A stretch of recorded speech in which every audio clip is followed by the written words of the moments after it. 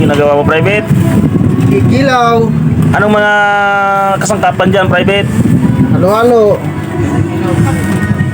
Bakit walang hihilo yan, Private?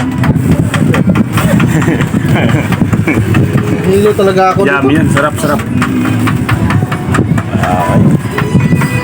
Pwede naman siguro lipat dun, di ba? Private! Ano, ikaw gawa? Oh, wala. Hindi na ganap buhay, sobrang sipag. Tapos biglang in-hold up. Paano na ako? Papakain lang ako ng mga alaga ako. Nagtatawag. Ano yung mga alaga mo dyan, Private?